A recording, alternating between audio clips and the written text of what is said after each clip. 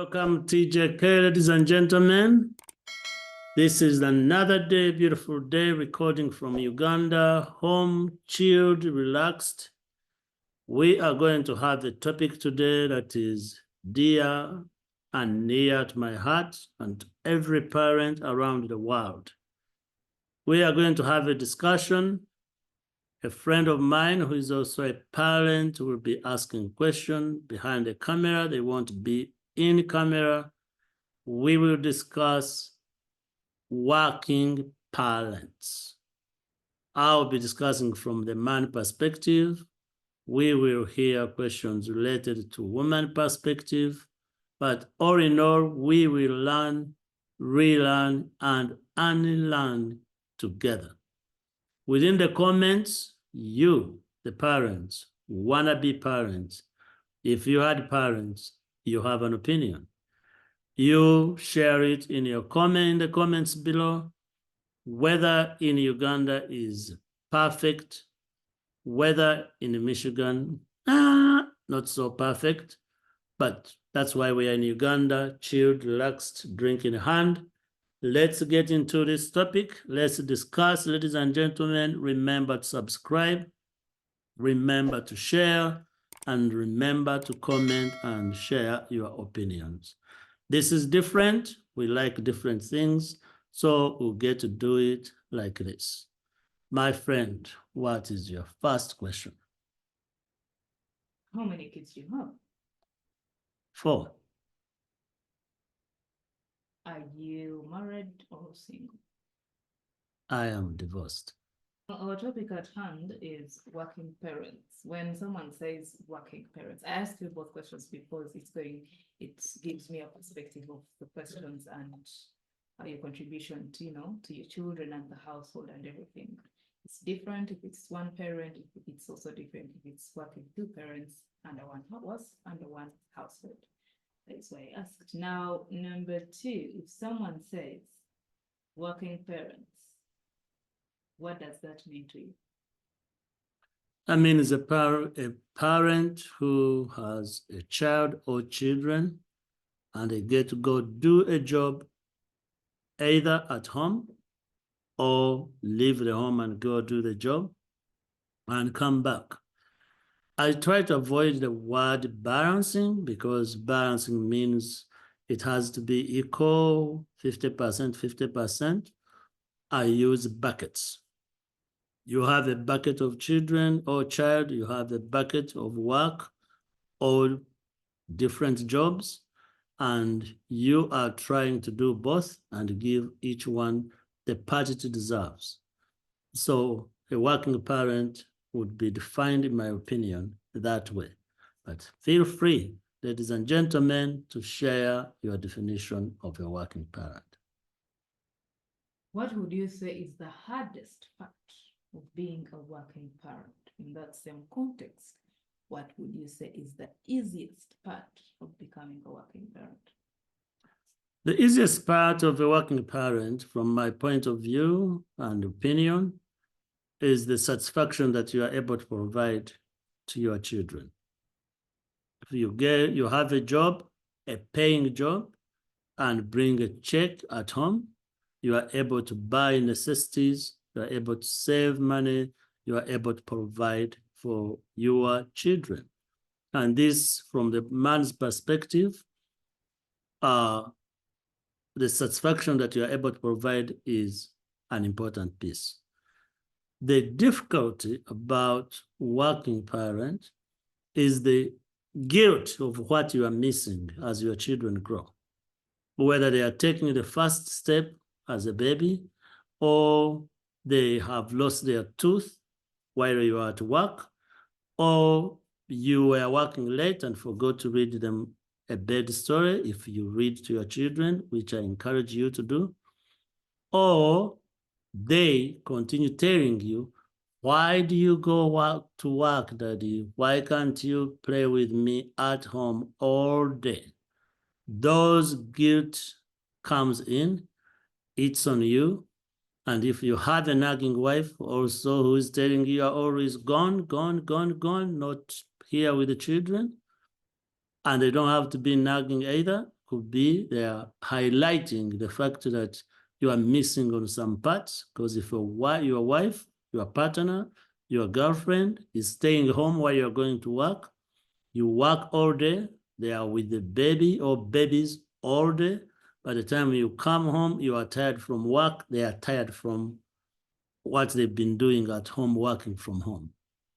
And that balance of realizing you need to take part in taking care of children so she can have relief and do something beyond children talk is also something hard. So you're working all day, you come home and you put in more work to take care of the children. As a working father who has worked mostly nearly a decade, right? You have 2 decades. 2 decades, and when your first child came into existence, you were working. Mhm. You're still working. Mhm. Now, this question is going to get personal. What are some of the things you think you have missed out that were important in all of your children's lives? What I missed out from children's lives, some you have to wait to get to know later, because children grow and tell you some of these things. Nicholas, who's 21, when he was younger, I worked, his mom worked.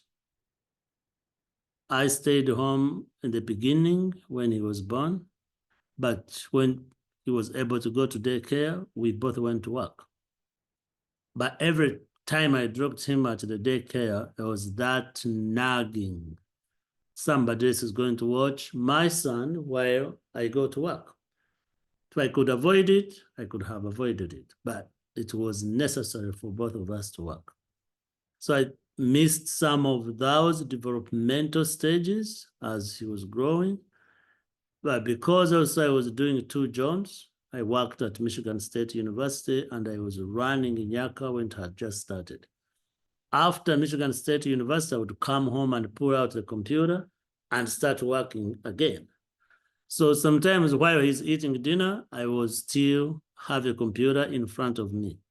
I got to know more actually when his siblings were born and I was not opening a computer at home. And he said to his brother and 2 sisters that you are lucky dad goes to work and comes and shuts down his computer. When I was a baby, I had to pray around his computer to get his attention. So that's some of the things that happened with me. When the younger 3 were born, we had a nanny. I intentionally worked 8 to 5, but when I was home, I was home.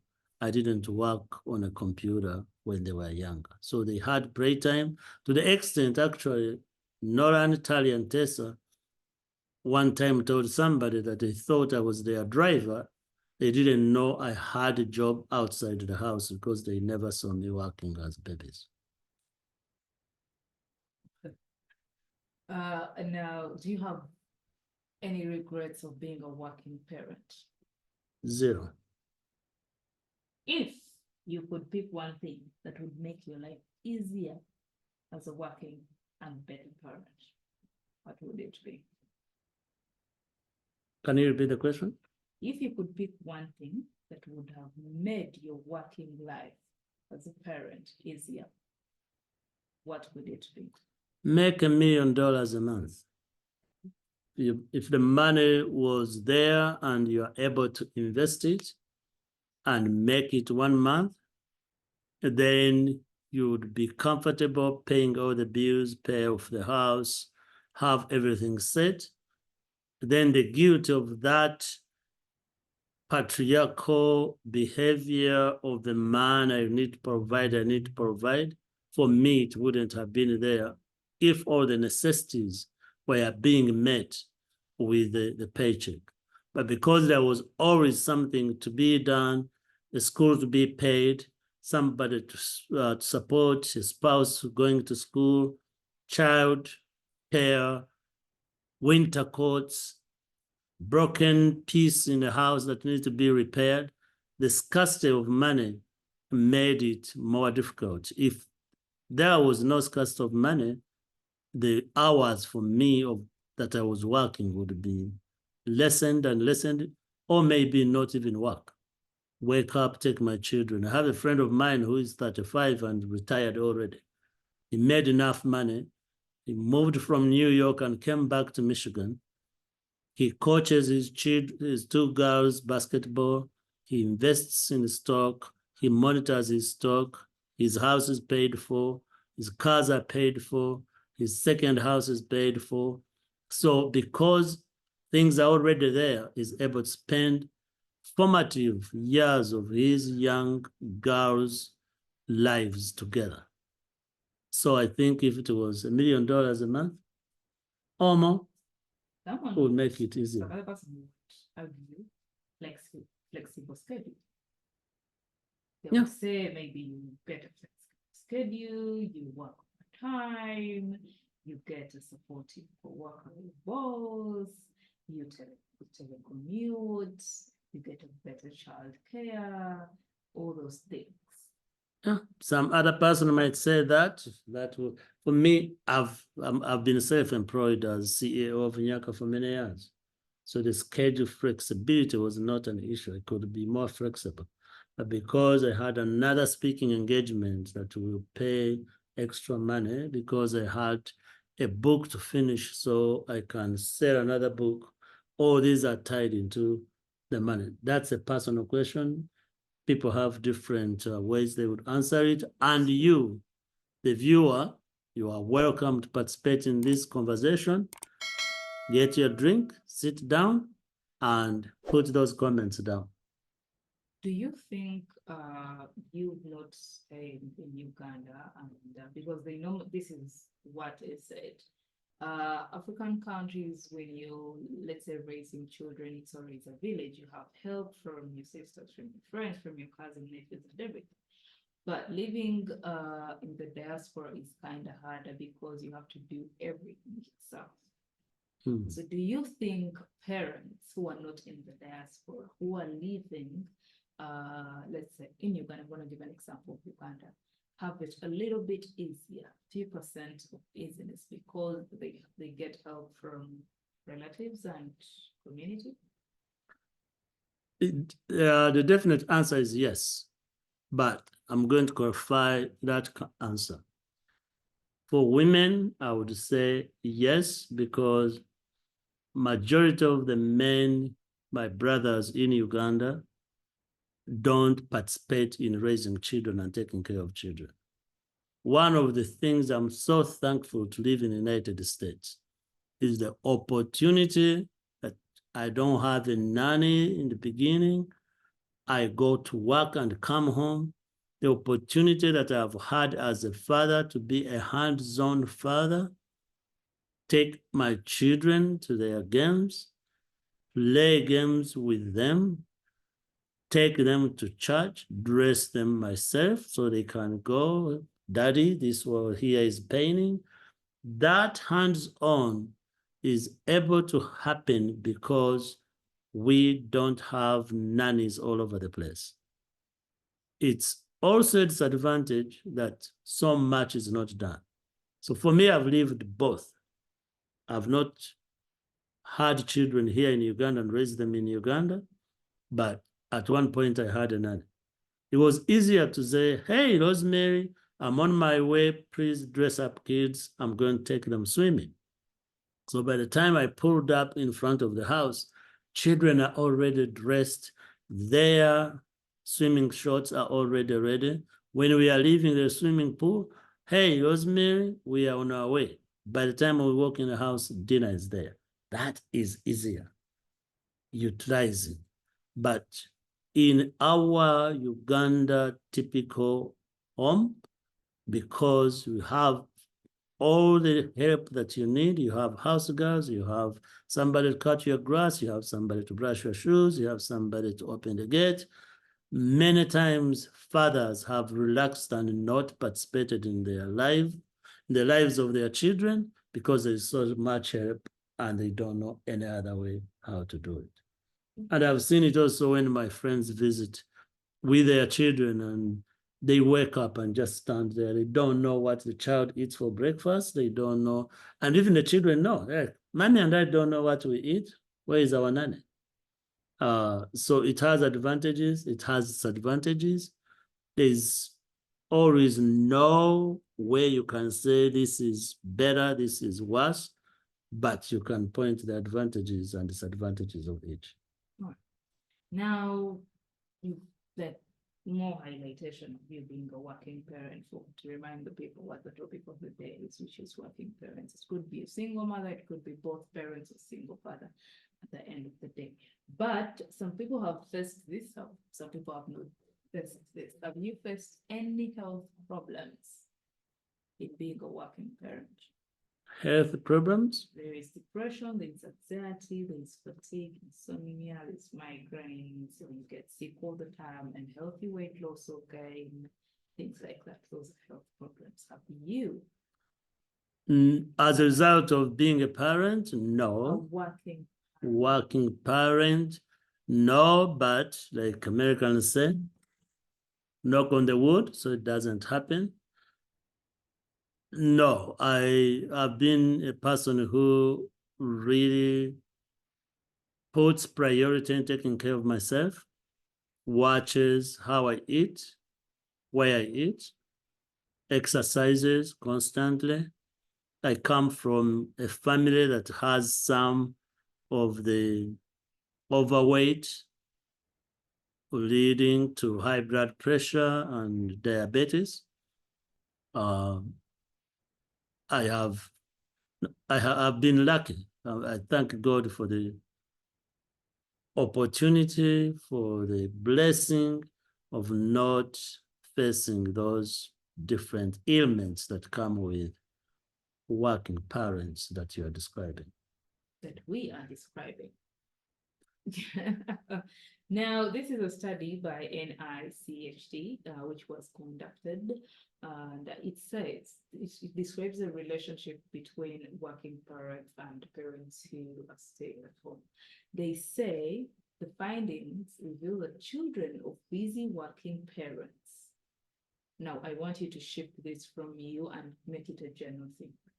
Imagine a parent who is 3 times busier than you or 2 times busier than you. Mm-hmm. Children of working busy parents tend to have lower academic performance and reduced cognitive skills compared to children with present parents.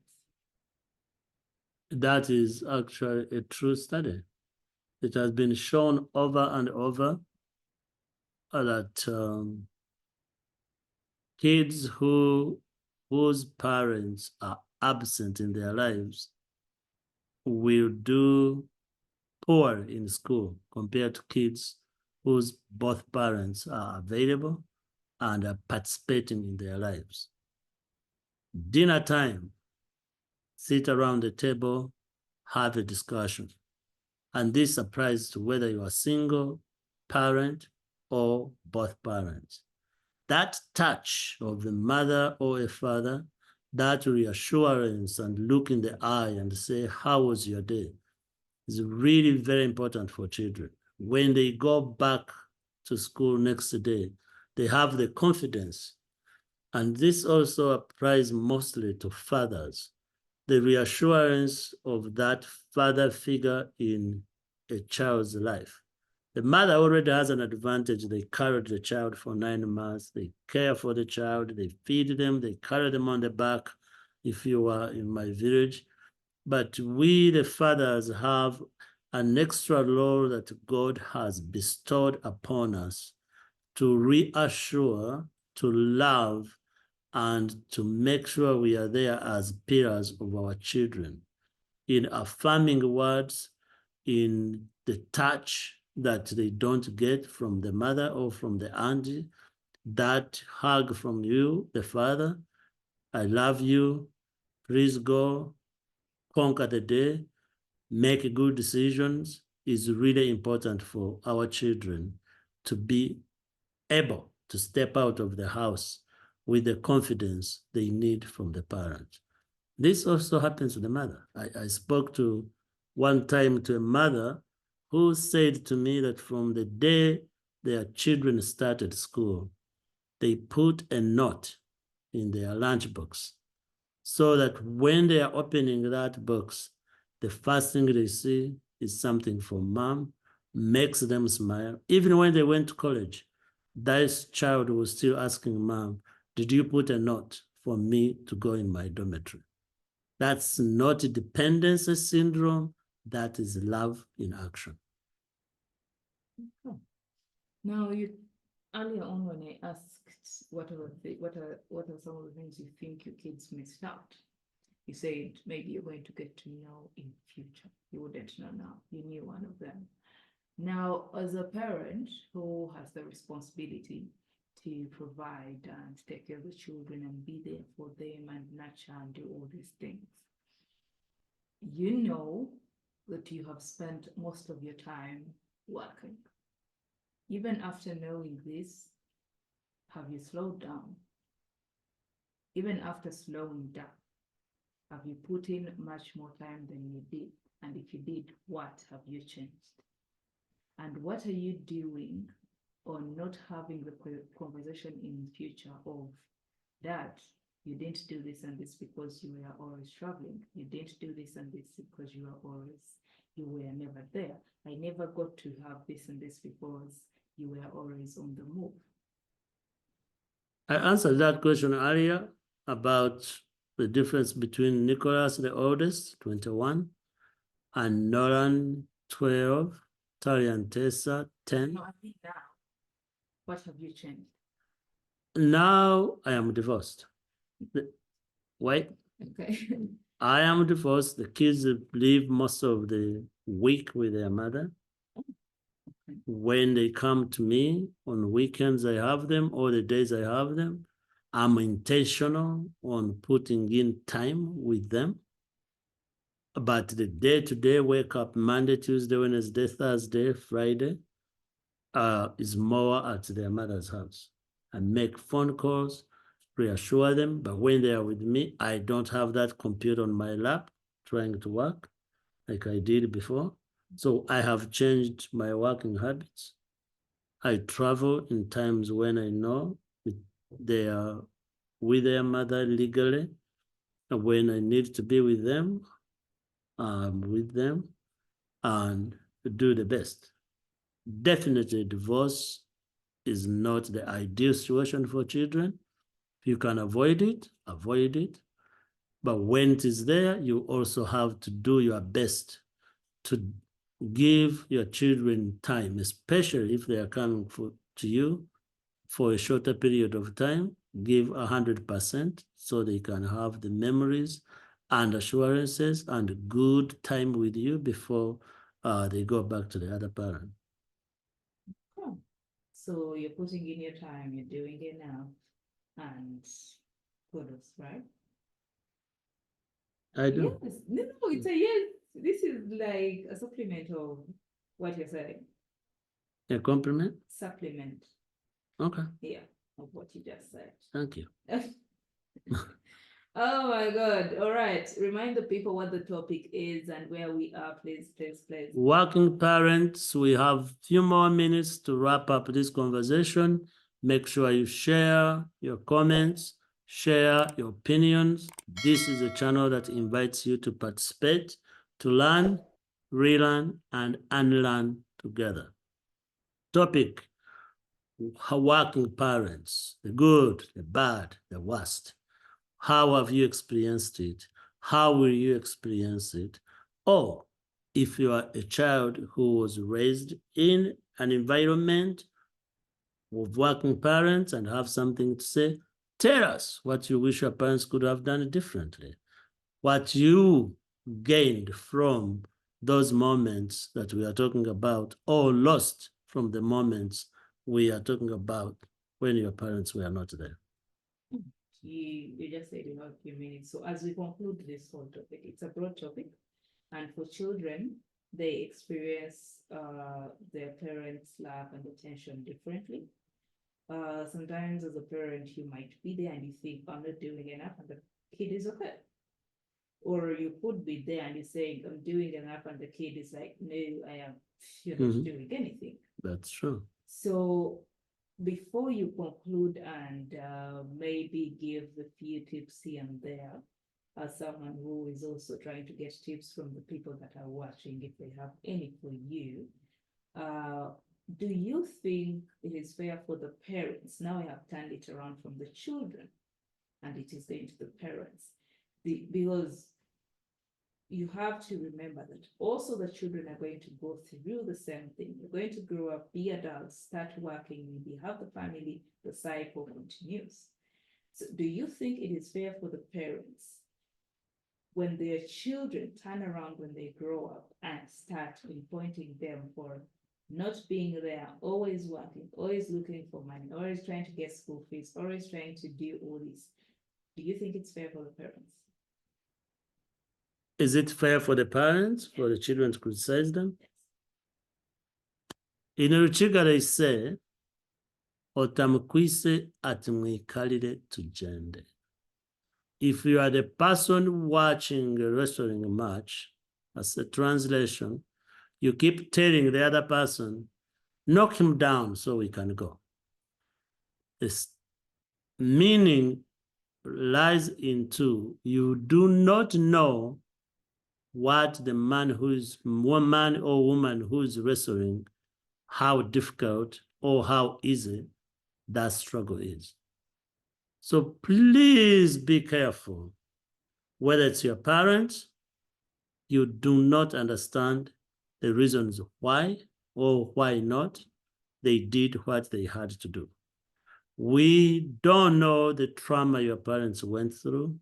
We don't know the background they went through. I don't want to excuse any behavior for parents or for children, but all I'm saying is try to find out details. Try to learn reasons. Try to understand, and in that sense also try to have compassion for you and compassion for your parents. I was one of those children who really, really, really, really did not understand where my father was coming from, why he did what he did, why he behaved the way he behaved, until I was in my 40s. It took me 40 years and more to get to know and understand that. You who are watching, it doesn't have to take you that long if you are younger than 40. Now there's technology, you can research. My friend here is asking me questions, Googled some questions. Oh, okay, she didn't. Have compassion for her. We can go to counseling and get help. There is therapists who can help you through this process. You can do so much now with the technology and with advanced studies in therapy and counseling and getting to know that every person walking walks with their trauma that they were born with, and unless it's addressed, it's going to be transferred to the next generation. So for me, who comes from a generation of people who didn't go to school, people who grew up in rural areas, they never addressed the trauma. I am carrying trauma from generations from my father, trauma from generations from my mother, all in one person. And if I had not done the work I've done also, I cannot promise you there is no trauma passed to the children, but at least I have the basis to have conversations with them based on what I have learned and where my father was coming from, why he behaved in some ways the way he did. And though he cannot recognize or do what I wish he could have done, I have compassion for him because I understand where he's coming from. And each one of us have that responsibility towards your parents, but also towards your children if you're a parent. If your children watching, Google counseling, type in questions that you have, find answers. Though they are not satisfactory completely, you will make a headway. Quick tip for all of you. Imagine yourself at 12 years old, the questions you would ask, the wishes you would have, then put your father at the same age and assume you're having conversation with your father at 12. You are 12, he's 12. What would you have wished to be doing at that time?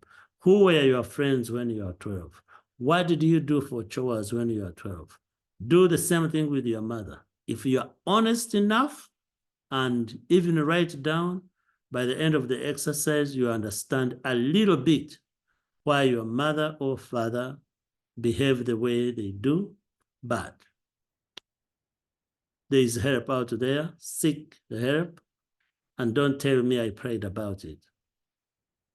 You can pray as much as you want. If that trauma is still in your head, it's going to affect your day-to-day things that you do. Okay. Last but not least, this really the last question. This is you wrapping up. Letting anyone that is watching, your last words, say to me what you think. To all of you, any other thing that you would have wanted to talk about that I didn't ask really? everybody who is watching, thank you. Anything I said that offends you or makes you think otherwise negatively about a situation you went through or that might happen to you, I apologize. What I'm not going to apologize for is there's help out there for all of us. This channel was started to help me, help you, and help others to learn things we don't know, to learn things that we thought they were one way and learn them new, and to unlearn some of the things. Recently, when I was talking to a group of boys, one of them said to me, I am so glad I was beaten as a child. Now I know better and look where I am. And I sat there so sad, thinking this child was beaten to fear so much that now they think beating is the only way to get a child to be successful. And when he becomes a father, his children will be beaten because that's what ingrained in him. It was passed on to him. He does not know another alternative. Let's break the cycles. Let's learn together. Let's give compassion to each other. And I know the best is yet to come. As for what you didn't ask me, this is very good beginning. If the audience says they want to hear more, we can bring in other men, we can bring in other women. But we want also to ask you as a mother, what among these things do you think of working mothers and working fathers, and how can we do it better, whether we are mothers or fathers? You know the saying of learning on the job? Mm-hmm. Yeah. I'm not gonna lie to the audience that I have it all together, then I'm working and I'm being an ex-parent, I'm literally learning on the job. And I am hoping that I actually turn out to be good for my child, because like any other thing, you just put out what you put out, the knowledge that you know, the skills that you know. The reception of your child or another person is not on you, but how they receive it is totally on them. But putting in the work is very important, like you said. You wouldn't want not to put in the work. putting in the work, seeking help, having conversations with the child, no matter what ages, they will understand. So working together and growing together with a child. You may not get the 100% results, but at least you're going to get 80. You heard? Share your comments. We will continue to learn together. Thank you for watching. God bless you. Go get them.